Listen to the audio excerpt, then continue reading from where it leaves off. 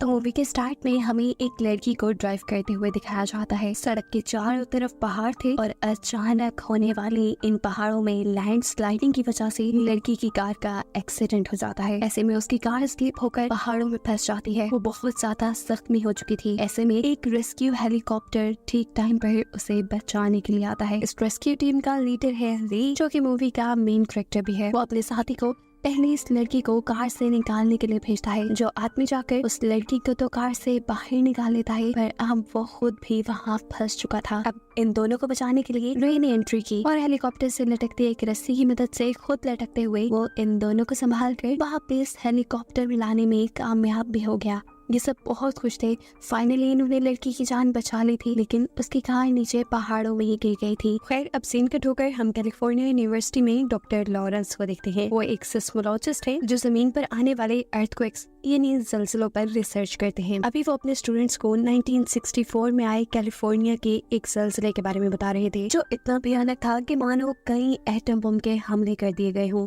इसकी तबाही के असरात कई साल तक कैलिफोर्निया ने देखे। लॉरेंस बताते हैं कि ऐसा खतरनाक सिलसिला 150 साल में एक मर्तबा जरूर आता है। वो बताते हैं कि कैलिफोर्निया की सेंट एंड्रयूज की फोर्ट लाइन बिल्कुल जमीन की टेक्टोनिक प्लेट्स के ऊपर है, यानी कि अर्थक्वेक का खतरा इस जगह पर सबसे ज्यादा है। थोड़ी देर बाद हमें दिखाया जाता है कि जब डॉक्टर लॉरेंस अपने ऑफिस में थे, तब उनके एक कलीग उनके पास आते हैं और उन्हें बताते हैं कि अभी एक ज़लज़ला आया है। ये लोग फौरन अपना काम छोड़कर उस ज़लज़ले की शिद्दत को नापने के लिए चले जाते हैं। ये दोनों जाते हैं एक बहुत बड़े डैम के ऊपर, जहाँ से इन्हें इस अर्थक्वेक की शिद्दत को नापना था। और जब ये लोग ये काम कर रहे थे, एकदम से इनकी मीटर के ऊपर वेव्स चेंज हो जाती हैं। वेव्स का इतनी तेजी से बढ़ जाना खतरे से खाली नहीं था। इससे पहले कि लोग कुछ सोचते या करते, यहाँ एक बहुत ही भयानक ज़लज़ला आ जाता है। असल में वेव्स का बढ़ना ज़लज़ला आने की एक निशानी थी। सभी लोग अपनी जान बचाने के लिए वहाँ से भागते हैं। डॉक्टर लॉरेंस के कलीग भी अपनी जान बचाने के लिए यहाँ से भाग रहे होते हैं कि उन्हें तभी वहाँ डैम में फंसी हुई एक बच्ची नजर आ जाती है, जिसकी जान बचाते हुए वो जैसे ही आगे बढ़ते हैं तो एक और बड़ा ज़लज़ले का झटका उन्हें वहीं रोक देता है। वो उस बच्ची को बचाने के लिए डॉक्टर लॉरेंस की तरफ गिरा देते हैं और तभी आने वाला एक और भयानक झटका उस पूरे डैम को बर्बाद कर देता है, जिसमें डॉक्टर लॉरेंस के साथी मारे जाते हैं। सीन कट होकर हम रे को देखते हैं, जिसे इमरजेंसी में उसी डैम पर आने का मैसेज मिला है, जिस डैम के ऊपर वो ज़लज़ला आया था। बहुत से लोग वहाँ फंसे हुए थे। जाने से पहले लेक अपनी बेटी को बाय कहता है, जो कि आजकल अपनी मोम के साथ रहती थी। यानी रे और उसकी वाइफ का डिवोर्स हो चुका था और रे की बेटी अपनी मोम और अपनी मोम के फियांसे के साथ रहती थी। डेनियल को आज किसी मीटिंग के सिलसिले में सैन फ्रांसिस्को जाना है, जिसमें वो एमा और ब्लैक को भी अपने साथ लेकर जाने वाला था। सैन फ्रांसिस्को में ब्लैक को एक लड़का मिलता है। उस लड़की के साथ उसका छोटा भाई भी था, जिन दोनों से बात करके ब्लैक को बहुत अच्छा लगता है और जल्द ही इन तीनों में दोस्ती हो जाती है। खैर, यहाँ हमें दिखाया जाता है वो डैम जो ज़लज़ले की वजह से तबाह हुआ था, उस तबाही की खबर अब पूरी दुनिया में फैल चुकी थी। क्योंकि ज़लज़ले के टाइम पर डॉक्टर लॉरेंस वहीं पर थे, इसलिए रिपोर्टर डॉक्टर लॉरेंस का इंटरव्यू लेने के लिए आई थी। वो डॉक्टर लॉरेंस से सवाल करती है, बताइए कि वहाँ पर ज़लज़ला कैसे आया था। इससे पहले कि डॉक्टर लॉरेंस कोई जवाब देते, डॉक्टर लॉरेंस के दो स्टूडेंट घबराते हुए उनके पास आते हैं। उनके पास कोई रिपोर्ट थी और जैसे ही ये रिपोर्ट डॉक्टर लॉरेंस ने देखी तो वो भी घबरा गए।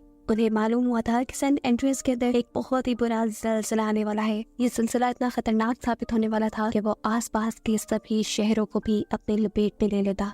इस सिलसिले को आने में थोड़ा ही वक्त रह गया था, यानी इनके पास इतना वक्त भी नहीं था कि उन शहरों से लोगों को पहले ही बाहर निकाल लिया जाए।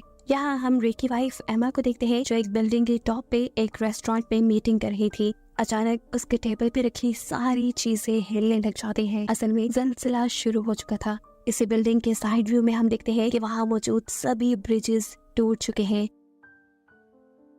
ये बिल्डिंग भी अब इतनी तेजी से हिलने लगी थी कि मानो अभी टूट कर गिर जाएगी। एमा जल्दी से इस मुश्किल सिचुएशन में रे को कॉल करती है, क्योंकि वो चाहती थी कि रे उसे हर हाल में बचाने आ जाएगा। इस टाइम रे, जो कि एक रेस्क्यू ऑफिसर है, वो अभी अपने हेलीकॉप्टर में ही था। वो एमा से कहता है, तुम परेशान नहीं हो, मैं जल्द ही तुम तक पहुंचकर तुम्हें बचा लूंगा। इतने में हमें दिखाया जाता है कि वहाँ धड़ाधड़ सारी बिल्डिंग्स गिरना शुरू हो चुकी हैं। हर जगह अफरा तफरी मच चुकी है। सभी लोग अपनी जान बचाने के लिए चिल्ला रहे हैं। एमा इस टाइम फौरन दोबारा बिल्डिंग के टॉप पर जाना चाहती है, क्योंकि वो जानती है वहाँ उसे रे बचाने आएगा। लेकिन जैसे ही वो स्टेयर्स का दरवाजा खोलती है तो उसे पता चलता है कि बिल्डिंग का दूसरा हिस्सा पूरी तरह तबाह हो चुका है और लोग अपनी जान बचाने के लिए वहाँ लटके हुए हैं। सिर्फ यही नहीं, ऊपर से लोग ऐसे नीचे गिर रहे थे जैसे कोई इंसानी पुतले नीचे गिर रही हो। यहाँ एमा किसी दूसरे रास्ते से बिल्डिंग की टॉप पर तो पहुंच जाती है, लेकिन सिलसिले का आने वाला एक और झटका इस टॉप को भी हिला देता है और इससे पहले कि एमा इसमें दबकर मारी जाती, यहाँ पर रे पहुंच जाता है।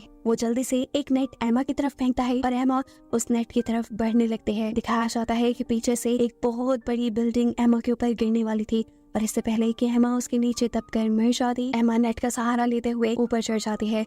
इसी सारी तबाही में रे के हेलीकॉप्टर के ऊपर भी एक बिल्डिंग गिरने वाली थी, लेकिन रे यहाँ अपने हेलीकॉप्टर को टेढ़ा करते हुए बचा लेता है। फाइनली उसने एमा की जान बचा ली थी, लेकिन अब वो ऊपर से देख रहा था कि शहर की हालत बहुत ज्यादा खराब हो चुकी है। वहाँ की सारी बिल्डिंग्स तबाह हो चुकी है। सीन कट होकर हम सैन फ्रांसिस्को का सीन देखते हैं, जहाँ पर डेनियल और ब्लैक एक साथ थी। वो पार्किंग लॉट से एक साथ यहाँ से निकलने ही वाले होते हैं कि अचानक यहाँ पर भी बहुत बुरा ज़लज़ला आ जाता है, जिसकी वजह से इनके सामने वाली जमीन टूटकर इनकी गाड़ी उसमें धंस जाती है। डेनियल किसी तरह इस गाड़ी में से निकलकर अपने आप को बचा लेता है, लेकिन वो अब ब्लैक को इस गाड़ी से नहीं निकाल पा रहा था। वो मदद लेने के लिए बाहर जाता है तो देखता है कि हर जगह अफरा तफरी मची हुई है, बिल्डिंग्स टूट गई हैं और डरकर सब इधर उधर भाग रहे हैं। इतनी खराब हालत को देखते हुए उसे एहसास होता है कि उसे भी अपनी जान बचाने के लिए भागना चाहिए, इसलिए वो ब्लैक को खतरे में छोड़कर ही अपनी जान बचाने लग जाता है। ब्लैक जो अभी भी कार में फंसी हुई थी, इस टाइम उस पे एक लड़की की नजर पड़ती है। ये लड़का वही था जो अपने भाई के साथ सैन फ्रांसिस्को के एयरपोर्ट पे ब्लैक को मिला था। वो भी ब्लैक को पहचान लेता है और यहाँ उसकी मदद करते हुए गाड़ी को एक डंडे के जरिए इस गड्ढे से ऊपर की तरफ निकालते हुए ब्लैक की जान बचा लेता है। अब ये तीनों मिलकर भी जब इस बिल्डिंग से बाहर निकलते हैं तो शहर की तबाही देखकर इनके भी होश उड़ चुके थे। भागते हुए मुश्किल से ब्लैक एक ऐसी जगह पहुंचती है जहां उसे एक फोन मिल जाता है। यहाँ से वो अपने डैड को कॉल करती है और कहती है, प्लीज डैड मुझे बचा ली, शहर की हालत बहुत खराब हो गई है। जवाब में कहता है, घबराओ नहीं, तुम ऐसा करो कि किसी ऊंची जगह पे चले जाओ, मैं जल्दी तुम्हें बचाने आ रहा हूँ। फौरन ही रे अब सैन फ्रांसिस्को के लिए निकल जाता है, जबकि सैन फ्रांसिस्को में हम देखते हैं कि ज़लज़ले के झटके अब रुक चुके थे। सभी लोग सेफ जगह की तलाश में थे, लेकिन यहाँ डॉक्टर लॉरेंस के जरिए हमें मालूम होता है कि सैन फ्रांसिस्को में ज़लज़ले के झटके सिर्फ कुछ ही देर के लिए रुके थे। असल में वहाँ अब इससे भी भयानक ज़लज़ला आने वाला था। अभी उनका ये कहना ही था कि सीन एक और मरतबा सैन फ्रांसिस्को में शिफ्ट हो जाता है, जहाँ वही बुरा और भयानक ज़लज़ला आ चुका है। एक ही झटके ने बिल्डिंग्स को ऐसे गिराया जैसे वो रेत की बनी हो। सभी लोग अपनी जान बचाने के लिए यहाँ दीवारों के साथ चिपक कर खड़े हो जाते हैं। इस टाइम पे यहाँ डेनियल भी था, एमा का फियांसी, जो लोगों को जब दीवार से चिपका हुआ दिखता है तो एक आदमी को वहाँ से खींच के गिराकर खुद वहाँ खड़ा हो जाता है। हवा के अंदर रे और एमा जो कि हेलीकॉप्टर में थे, एकदम से हेलीकॉप्टर का फ्यूल खत्म होने पर उनका हेलीकॉप्टर भी एक मॉल के अंदर क्रैश हो जाता है, लेकिन यहाँ उनकी अच्छी किस्मत कि दोनों की जान बच गई थी। ये लोग अभी आधे रास्ते में थे। इन्हें अपने बेटी की जान बचाने के लिए किसी तरह सैन फ्रांसिस्को जाना था, इसीलिए ये लोग एक कार चुराते हैं और आगे बढ़ जाते हैं। थोड़ी ही दूर जाने पे एकदम से रे को कार रोकनी पड़ी, क्योंकि आगे एक गड्ढा था। उतरकर जब इन्होंने चेक किया तो वो गड्ढा कई 100 मीटर जमीन के अंदर गहरा था। अगर इनकी गाड़ी उसके अंदर चली जाती तो ये कभी ना बच पाते। इस रास्ते से तो अब ये लोग सैन फ्रांसिस्को जा नहीं सकते थे, तो अब ये लोग कोई दूसरा रास्ता सोचने लग जाते हैं। तभी एक बूढ़ा कपल कार में इनके पास आता है, इनसे इनकी मुश्किल पूछता है तो रे बताता है कि हमें हर हाल में सैन फ्रांसिस्को पहुंचना है। मालूम होता है कि बूढ़ा आदमी एक पायलट था और उसके पास अपना प्राइवेट प्लेन भी था, जिसे वो रे को दे देता है ताकि वो लोगों की जान बचा सके। रे इस प्लेन में बैठकर अब सैन फ्रांसिस्को के लिए निकल जाता है। फाइनली ये लोग सैन फ्रांसिस्को तो पहुंच जाते हैं, लेकिन रे देखता है कि एयरपोर्ट पे प्लेन को रेंट करने की कोई जगह ही नहीं रही, इसलिए वो एमा को लेकर चलते प्लेन से नीचे की तरफ कूद जाता है। नीचे स्टेडियम था। अब वो यहीं से अपनी बेटी को कांटेक्ट करता है और कहता है, ब्लैक तुम्हें स्टेडियम की तरफ आना होगा। लेकिन ब्लैक स्टेडियम की तरफ नहीं आ सकती थी